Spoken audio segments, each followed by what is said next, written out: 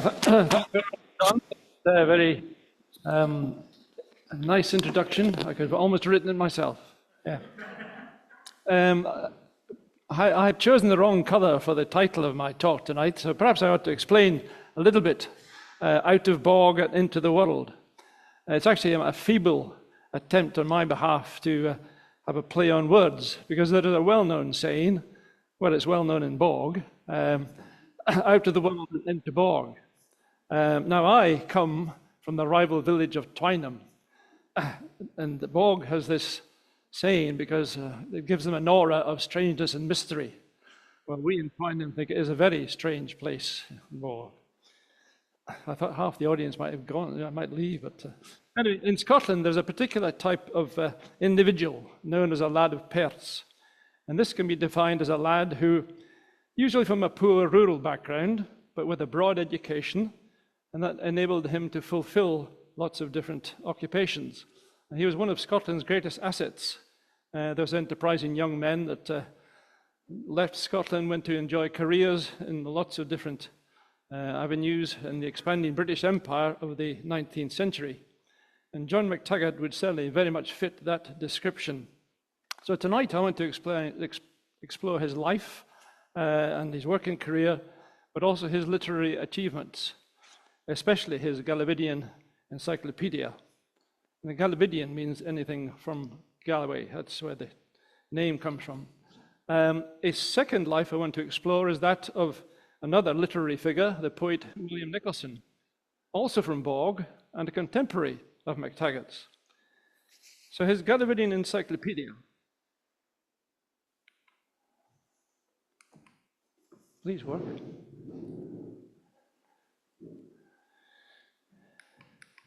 Raise up.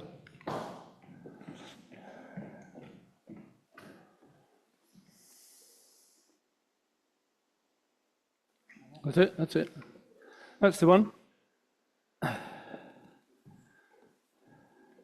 This is the Galloway Encyclopaedia. It's a very rare book, and I have a first edition.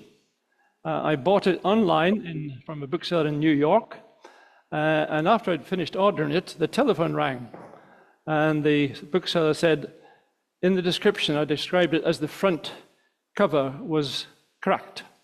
He said, well, it's now fallen off, so I shall give you $100 off the price. So not only that, but it is actually inscribed by the author himself. And he writes, presented to my friend Alan Cunningham by MacTaggart, the author. Alan Cunningham was a poet. He grew up in Nithsdale, but all his family came from Galloway. And he merits an entry in the Galloway Encyclopaedia, and is described by MacTaggart as one of the truest poets and best of men Scotland has ever given birth to. I'm afraid we don't have any images of MacTaggart, but if you want a mental picture of what he looked like, Dr. Alexander Trotter describes him thus in his book, East Galloway Sketches. According to Trotter, MacTaggart was a tall, handsome man, well over 6 foot tall, his proportions being majestic. He had dark hair and a florid complexion. So, ladies and gentlemen, you'll just have to imagine you're looking at him speaking to you tonight, says he modestly. Anyway, we're lucky that one of the entries in the encyclopedia is an autobiographical account of his early life. He was born at Lennox Plunkton Farm, and some of you recognize it's kind of en route to the old Cream of Galloway. And this is the farmhouse that he actually grew up in, and even more to the point, this, I'm reliably informed by the current owners, is where the box bed he was actually given birth to in the house. And some of you with good sight can tell it's now being used as a medicine cabinet. His father was a tenant farmer, and which was part of the Cally estate owned by the Murrays of Broughton. He's one of 11 children, 6 boys and 5 girls. And from the age of 6, he was taught by a boy tutor who was engaged by his father. When he was old enough, he went to Borgue Academy, as it was. And there, he says, began my woes. Nothing could I learn. And a revealing statement about education in those days, he recounts how he was lashed upstairs and downstairs and was saved, I believe, from dying an unnatural death by my parents flitting from Lennox Plunkton to the farm of Torres in the parish of Kirkcudbright. And that's a drawing painted by Miles Johnson of Torres Farm. He attended the county school of Townhead, and there he thrived under the schoolmaster James Craig, and in his words, began an affection for arithmetic. James Craig actually served for 43 years as the schoolmaster at Townhead. And MacTaggart acknowledges his debt to him by saying, if I have any learning or any genius about me, it is the man who I owe for my improvement of those subjects. He went on to attend Kirkcudbright Academy. Subject to the fact that his father was a farmer, he had to go back and work on the farm during the spring and summer, and disrupted during the winter as well. He had to walk 4 miles there and back every day. But despite that sort of irregular schooling, he says he laid the school before me when it came to mathematics. But he was let down by inadequacy in other subjects. At the age of 13, he writes, I took the huff of schools and schoolmasters altogether.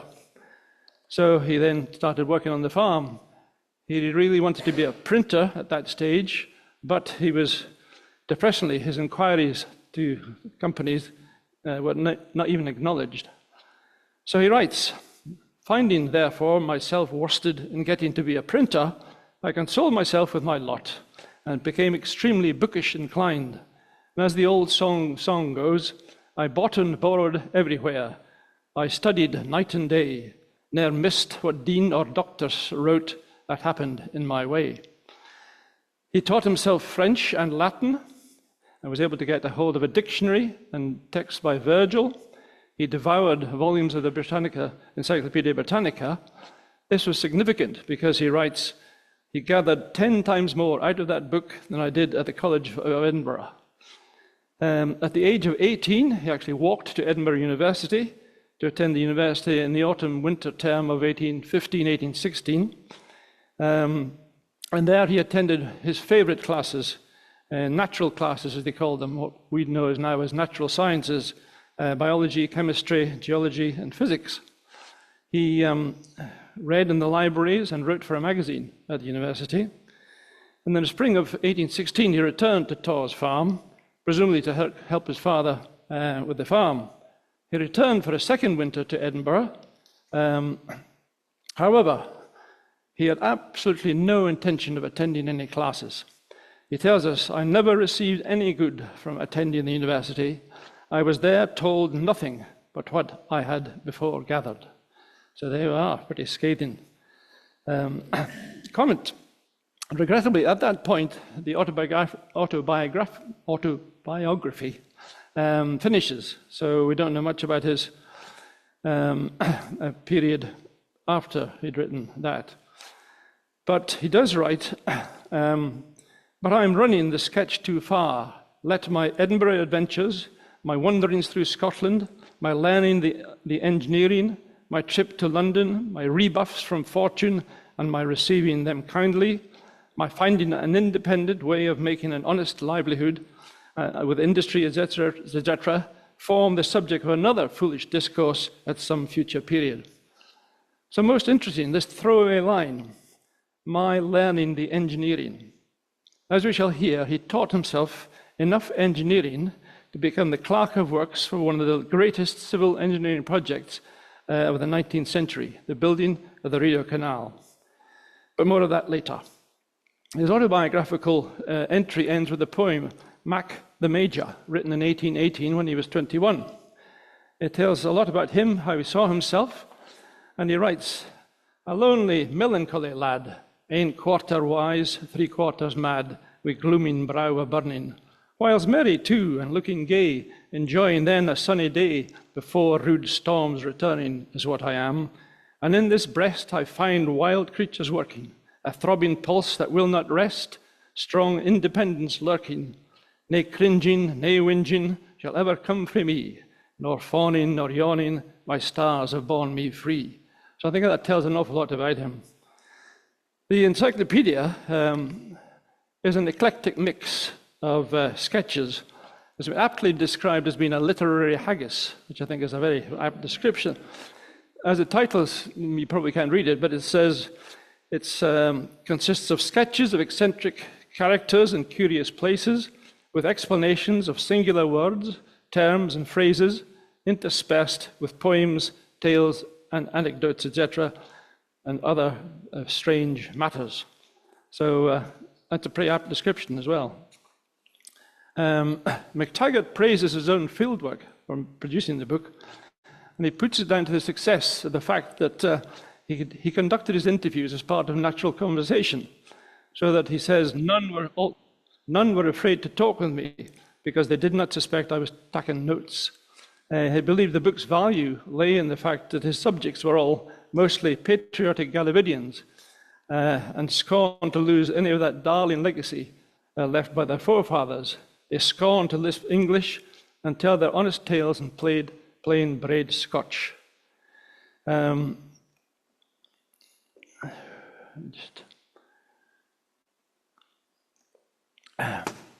went in the mouth, that's better. Perhaps the most entertaining of the entries is a variety of critical, uncomplimentary, and actually outrightly insulting terms. Some of you may have know these words. Whoever dwamloch is a very sickly person. A fap dodron is a tall, ill-clad person. A galdroch is a greedy, long-necked, ill-shaped person. A blumph is a stupid loggerhead of a fellow who will not brighten up with the weather. Finally, we have a geisy, who is a person fond of prying into matters which concern him nothing. The other field is the vocabulary for children's games. One you may have heard of is Alicum Greensy, and the game is for a circular girls' game, chasing round, where one player drops a hat, and the other has to chase them round the circle to get the hat back. So some of you may have played that, but that gives you the sort of idea of the wide range of topics in the encyclopedia. The next firm evidence we have of MacTaggart's activities is his introduction to the encyclopedia, which he wrote on the 12th of February 1823 at Tours. That's where he wrote it. So we might assume that the book was completed then and probably occupied the author most of 1822.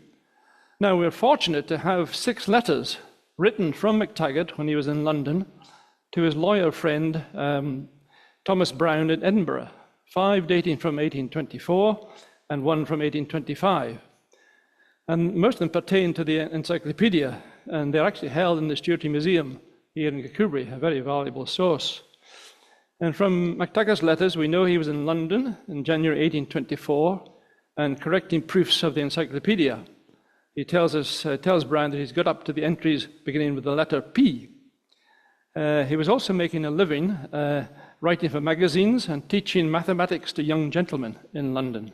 So a busy boy. So the book was printed in London in 1824, May, and it went on sale in booksellers in London, Edinburgh, Glasgow, Dumfries, Kilmarnock, Kirkcudbright, and Ayr. And there was a project which probably began when MacTaggart was a teenager at Tours, when he began to collect local words and anecdotes, biographies of local characters that he found around him. So there's an interesting quote from MacTaggart's father when he first saw the book for sale in the Kirkcudbright bookshop. And it read, "John, your ain family kent you were a fool, now the whole world will ken you're a fool," he said. The story appeared in Alexander Trotter's articles on MacTaggart, published in the same East Galloway Sketches. And he suggests, probably rightly, that John's father wasn't particularly pleased with the book, but he couldn't really complain about what John said about him. He writes, "My father is a farmer, and throughout my pilgrimage on earth from the cradle till this moment, I have never met with anyone who I considered had more native strength of intellect. Let no man say of me, that I am a creature of ability, for that would be wrong. But my father, my worthy father, is. Just maybe spend a couple of minutes looking at the production and publication of the book and the public reaction to it. And letters to Brown are very valuable when we look at those particular topics. In his letter to Brown in 1824, May, he advises that the foolish book has been published. And Brown is acting as his agent. His book's in Edinburgh. And he asks him how many copies he should send to his publisher, the bookseller Archibald Constable and Company. And the next letter, on the 22nd of June, 1824, he advises that he has shipped a quantity of books to him, shipped away with the one of the smacks of the day a day or two before. So presumably he went by sea. They went by sea to Leith. But MacTaggart must have realized there's some criticism of the book, because he writes, "If the book be damned, let it be so. It sells pretty well here, and I've got an order from an East Indian Company and a Dutch West Indian Company agents asking me for send some copies." But he also says that it's received some praiseworthy comments, and one is from Alan Cunningham, the poet, thinks a good deal of it, for he is a rustic like myself, so what tastes his gab will naturally do mine. However, whereas MacTaggart thought the peasantry of Galloway were a better race of beings, nowhere to be found between the sea and the sky, the Scots Magazine had a much different opinion on the matter. When MacTaggart records that he was lashed upstairs and downstairs and was saved, he believes, from dying an unnatural death, MacTaggart comments, the magazine comments, "Now John and we differ totally respecting what is a natural death. To have been lashed out of existence for stupidity would, in his case, have been the most natural death in the world. As to the teacher who made the experiment, we laud him for it, and much regret that it did not succeed. This teacher we have taken to be a most philanthropic individual. No one would submit to the laborious task of extinguishing vitality in such a mass brute, but from high and benevolent motives. To save his country from a future deluge of nonsense must have been one of his objectives." And this would probably be declared as hate speech nowadays, isn't it? It's pretty forthright. And then it took a decidedly pejorative view, especially of rustics who moved from the country into the town. It stated that there was a general and lamentable misconception prevalent among simpletons imported from the country to the town, namely that the surest mark of genius is to soar above the decencies of life. In addition, he goes on, "No decent Scotchman at the present day can enter a coffee house in London but with a certainty of being put to the blush by hearing some senseless saunies," there's people from Galloway, "slaving about the country, imagining in the vanity of their hearts that they are lustrous with the rays of their country's glory." So they didn't hold back, did they? From his next letter, by which time the books have arrived in Edinburgh, he does write that he has one regret. "There is but one article on the whole that I would have deleted were I to print it again, and only one. And that is that when a little good is said of a female, this was a slip of my better sense, which I did not foresee when I should." Well, this is the reference to one of the titles, The Star of Dunguile, and this was a Miss Heron, the daughter of John Heron, the laird of Ingleston and Kelton Hill near Castle Douglas, a woman of noted beauty and virtue, easy virtue. And this is what he reads. This is how it feels, how it's written. "In short, for all her beauty and elegance, the low and mean were her associates, and she cared not what lengths she went to with them, almost would lay in barns with them all night, put on beggar weeds, and bade farewell to virtue altogether, and bore some of them bastard children." So it probably doesn't come any surprise that the father threatened to sue MacTaggart unless the book was withdrawn from publication, thus making it a rare book, which I now have. In the interim, MacTaggart had received a favourable review from an Edinburgh newspaper. He does concede, the encyclopedia kicked up a mighty rumpus in Galloway, and some of the fiery natives are determined on blowing out my brains when they have the happiness to meet with me. So he knows something is astir with his book. And also the Edinburgh Magazine and Literary Miscellany comments that this is beyond all question the most extraordinary, not to say monstrous, production of the present age. It claims that only 19 out of 20 words in the book are actually quite common. They're not specific to Galloway, they're quite common Scottish words. It questions his knowledge of history, his knowledge of local and natural world. Worst of all, it criticizes his comments on people and families. And it says, it is the only book the reviewer knows from which information cannot be gleaned. Anyway, despite this horrendous review, the Reverend Dr. John Jameson, he compiled the Etymological Dictionary of Scottish language in 1808. And he wrote the following to the bookseller Archibald Constable. Apropos the glossaries, have you ever looked into a book of which you have the honour to be publisher in Edinburgh? This is MacTaggart's Galloway Encyclopaedia. It beats all the encyclopedias you have ever published before. And at that period, Jameson was on the point of producing a 2-volume supplement to that dictionary, and he added 800 entries from MacTaggart's book, the final print that appeared in 1825. So he must have been doing something right, I think. Let me just have a...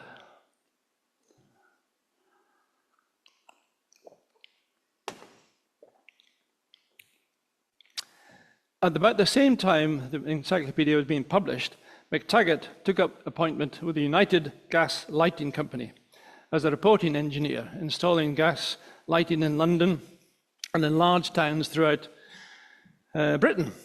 He occasionally travelled to France to work on the gas lighting systems there. And that was a great inconvenience because he was scheduled to put on a comedy he had written called Look Out for Squalls in Covent Garden. This appears to have been postponed until the winter of 1824-25. This didn't hamper his literary ambitions, for in a letter to Brown he states that he started a Scotch newspaper down in London. When MacTaggart writes to Brown again in August, he is working for a few months in Plymouth on the gas lighting installation there. And later in that same letter, he writes to Brown, a little thing have I to tell you, but please keep it to yourself. The gas company I'm with at present, introducing their inflammable air into many towns of Britain and Ireland, and over every gasometer, they place a clerk to gather the cash from the people who pay for the lamps and to overlook the whole establishment. The salary is £150 a year. More importantly, however, he alerts Brown to the fact that the town of Dumfries is just about to be taken in hand, the gas lighting of it, where a clerk may be required. I may have a say in the appointment. Then, if you obtained it, would you not come to Dumfries? So there you might be fully able to look after both the gas and the law. So there you go, nepotism, alive and well. He was also helping to help rebuild the Plymouth breakwater, the huge Plymouth breakwater, which had been designed by John Rennie, Sr. In November 1824, a violent storm had removed 200,000 tons of this breakwater, which all needed rebuilding. So the last of the 6 letters, MacTaggart says he is just hobbling away on the gas business as usual. I shall not leave London for anywhere for a long time now. In its smoke I am fixed, and until I am drier than a red herring, I shall always remain your friend with the sincerest affection, John McTaggart. However, events proved otherwise. For in 1826, he was recommended by the civil engineer John Rennie Jr., in this case, for the post of the Clerk of Works for the Rideau Canal in Canada.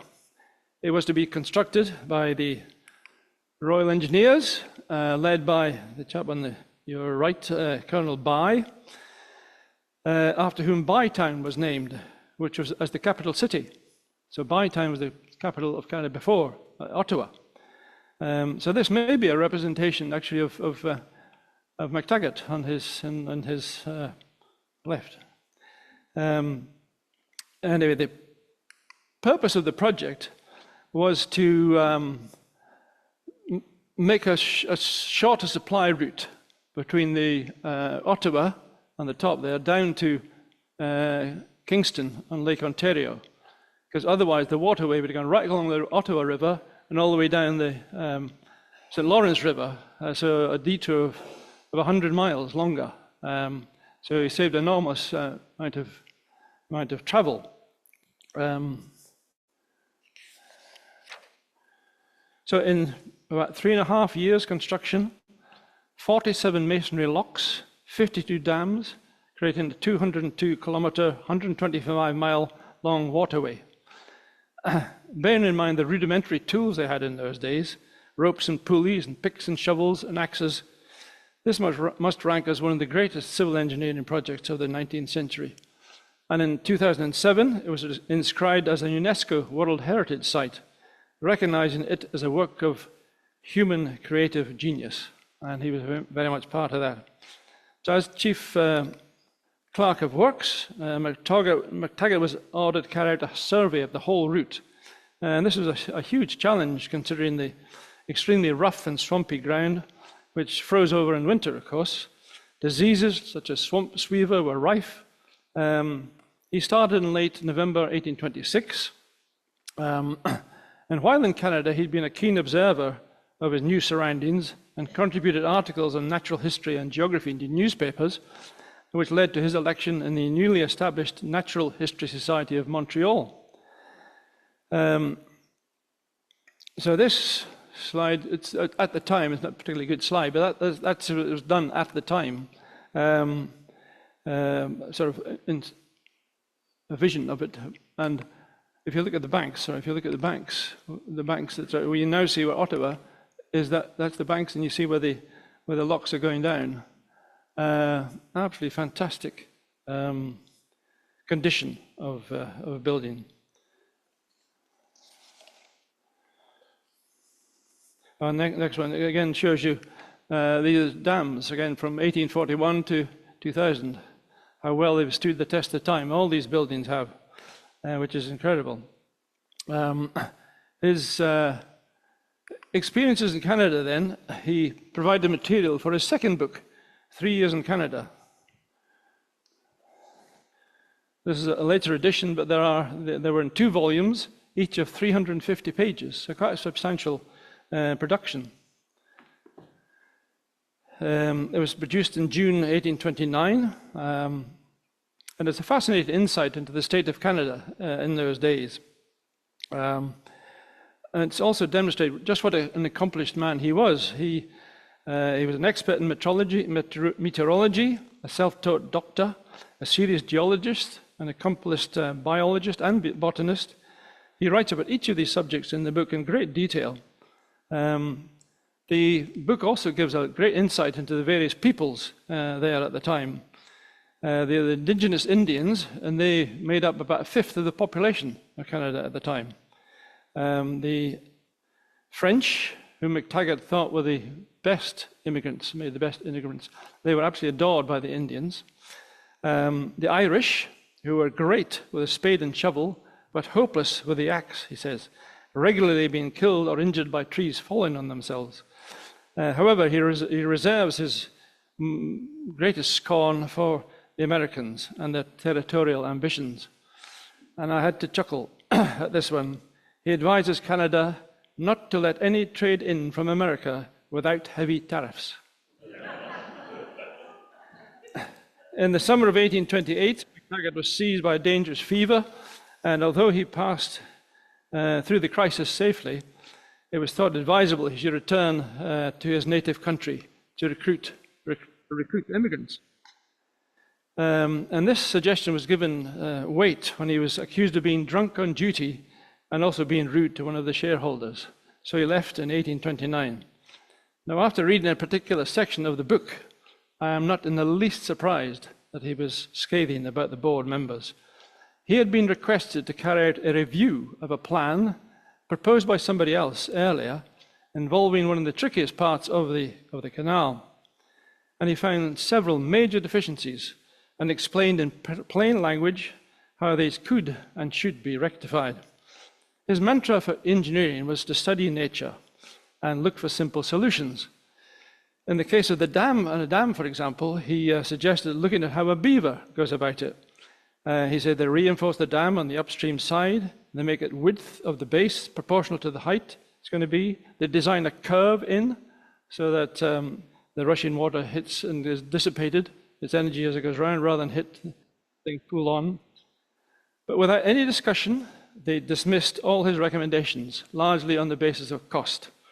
But he had the last laugh when he saw these new dams were collapsing and logs floating down the river, and they all had to be repaired at a much greater cost. I think there's a little lesson there somewhere, isn't there?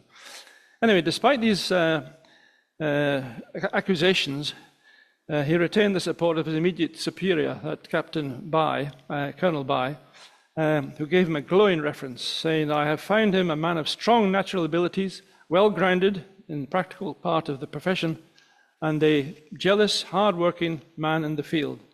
He is fond of research and of exploring the untracked country.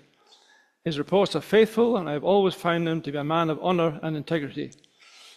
MacTaggart had plans for further publications. He was going to do one on the history of the voyageurs, the frontiersmen who transported furs by canoe across Canada, together with a book of their songs. He was also planning to do a Canadian encyclopedia. He wrote an unfinished poem. We have a manuscript copy in a bound book in the Stuart Museum. It's about 80 pages, I think at least, and it's can you read it from the back? Okay. Yeah, come then, my muse, who first on Scotia shore cheered the poor rustic lad and caused him to rush through thorny hedgerows to the sunny glades where science barks and contemplation dwells. And here the engineer doth boldly forth, chief enterprising genius amongst men, exploring all and scrutinizing keen the dragging coy truth from a reluctant den. And this one, I'll let you read yourselves.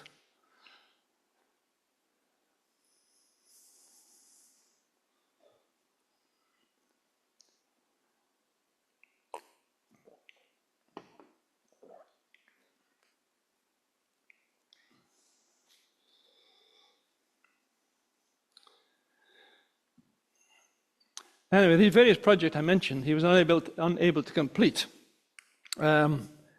He died at Tours on the 8th of January 1830, aged 32. Yeah, you heard correctly. He died at the age of 32. Incredibly remarkable life for one man. He's buried at the... Oh, don't I go on too far. He's buried at the family plot in Sennick churchyard. So you can go along and see his recumbent tomb there. So that's where he ended up. So that's John McTaggart. As I mentioned in my introduction, a contemporary of MacTaggart was the poet William Nicholson, also from Borgue. And he had an entry in the encyclopedia under the heading Wool, Nicholson, the poet. Nicholson was born at Tunnymass in the parish of Borgue, the youngest of 8 children. His father was a carrier, then a farmer, and then finally a publican in Ringford, or Red Lion as it was known then. William went to school, but he was a very reluctant pupil because he suffered from a defect of vision, which meant that anything he wanted to read, he had to hold just in front of his nose. So he's been mocked by, as you can imagine, by other children. The consequences were that, having learnt some very simple English and some arithmetic, again, like MacTaggart, he huffed with school altogether, left at the age of 14 to take up the trade of a packman, which means going around selling his wares from town to town and from farm to farm. Apparently, he was extremely handsome, and we can perhaps gauge this from the painting by John Fade, Royal Scottish Academy from Gatehouse, painting of Nicholson. His storytelling ability and his affable personality obviously helped him persuade his customers to buy goods. And trade was very much affected by the price of muslin. As with Robert Burns, Nicholson's mother used to tell him stories, and he credits her as being his poetic inspiration. He absorbed ballads, songs, and penny histories. And in fact, every type of mental food which came within reach was eagerly seized upon. And long before he was attracted to poetry, he contracted a great fondness for music. He had an excellent ear, and his voice was melodic and strong, and he purchased a set of bagpipes at the age of 20. And this enabled him to get additional zest for his minstrelsy. So his talent for wit and his music made him a favorite. He said he could travel 100 miles on any stretch without being at a loss for a meal or accommodation, or putting himself to a farthing of expense. So he obviously had the trick as a salesman. However, he was busy composing tunes. He didn't always give his packman duties their full due. And Alexander Trotter, in the same his Galloway sketches, records that on one occasion, Mr. Johnson from Kirkcudbright found our Will piping away in a quarry with half a dozen colts, capering about like mad to the sound of the bagpipes, throwing their heels and snorting out their applause at the performance. However, he was encouraged by the Reverend Henry Duncan, from Ruthwell, the famous guy who started the first World Savings Bank, to publish a volume of his poetry, which he did at the age of 31. And he was greatly helped by James Hogg, the Ettrick shepherd, and he persuaded Nicholson to write a long narrative poem. And they'd met in Edinburgh when he was there. And that turned out to be a Country Lass poem. It's a very long poem. It's in 8 parts, and it tells about the wooing of a country lass, Betty, by various men about the parish, all based on well-known local folk. There's Duncey Davy. He was a farmer's eldest son, and he was being described as beef without and blank within. So he was dispatched. There was a Kirkless priest who had 2 strong carnal desires and overstepped the mark, so he was dished. And Sandy the shepherd, he looked the most likely, but he was being edged out by a wily merchant who had a big hoose and plenty of money. And he was also charming Betty's mother. But then Betty discovered that he had an illegitimate child by a beggar woman who'd been tricked by him. So she eventually returns to Sandy the shepherd, you'll be glad to know. But it's a lovely long poem, worth reading. Nicholson managed to get 1,500 subscribers to that book of poems, which is an incredible number. So he said, so the same pack that had filled up bobbins and needles, cottons and threads, was now filled with a different product, his book of poems. And he said, after supplying Edinburgh and Glasgow, he wended his way homeward through Ayrshire and Galloway, delivering copies and hauling in the siller. The collection actually made him £100, a lot of money in those days. But he lost it all when the price of muslin dived. So another book he talks about is I don't know how that comes across, the Brownie of Bladnoch. And this is a painting by no other than Edward Atkinson Hornell of Broughton House fame. And believe it or not, this painting is in the Kelvin Grove Art Gallery, one of our premier galleries in Scotland. And that is here. And this is the story. The poem is about this horrible-looking being. He's got pointy ears, he's got incandescent eyes, he's got no nose, he's got a gash for a mouth, got great long straggly arms, go right almost to the ground with claws in the end. He's got no toes, he's clawless, he's naked apart from a little Philbeck rush kilt thing. But he's desperate for work. He comes to the village asking for work. All he wants is a plate of brose, that'll do him. But the children are screaming, the women and men are all rushing indoors, hiding behind the curtains and telling him to put off. But then the lady says, look, he'll take in the harvest, he'll plough the fields, he'll look after the children. She's saying if he can do what he's saying he'll do, give him a chance. We're way behind with the harvest, so give him a chance. So he does, fantastic worker. He does all he says, gathers in everything, looks after the animals. The kids love him, he tells them stories and sings them songs. And then one day, one of the newer wives gives him a pair of her husband's breeks, pair of his trousers. And he can't accept anything from the worldly goods, so he has to leave the village. So it's very sad in the end. The children are crying because his brownie's going away. So it's a lovely poem. And I say, Hornell's painting, I think, does justice to what the poem is trying to say. Yeah, anyway, that's the Brandy of Bladnoch.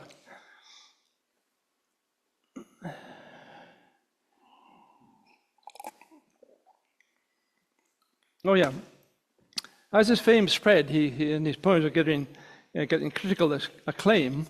Perhaps not surprising that when we reflect on his topsy-turvy life, this success played on his weaknesses, and he took to the drink, and it became a major problem. And he began seeing demons and obtained from them answers to the world's problems. So what does our Wall do?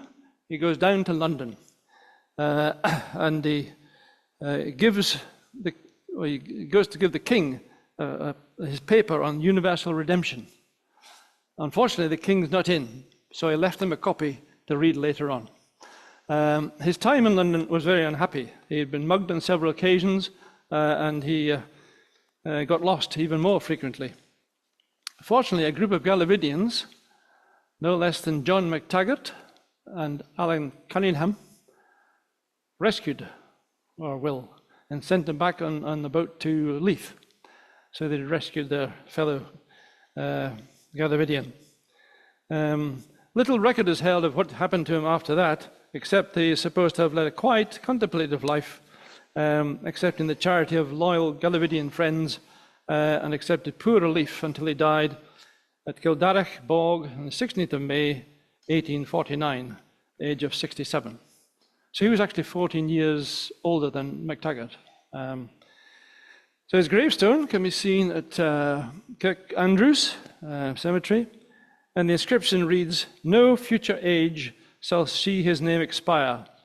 So I guess we consider we are helping prevent his name from expiring. So in 1900, some 51 years after his death, a plaque was erected outside Borgue Academy. And the wall, until recently, was Borgue Primary, of course. The bronze plaque was sculpted by Mr. Shannon of Glasgow, and it's based on that portrait I showed earlier by John Fade.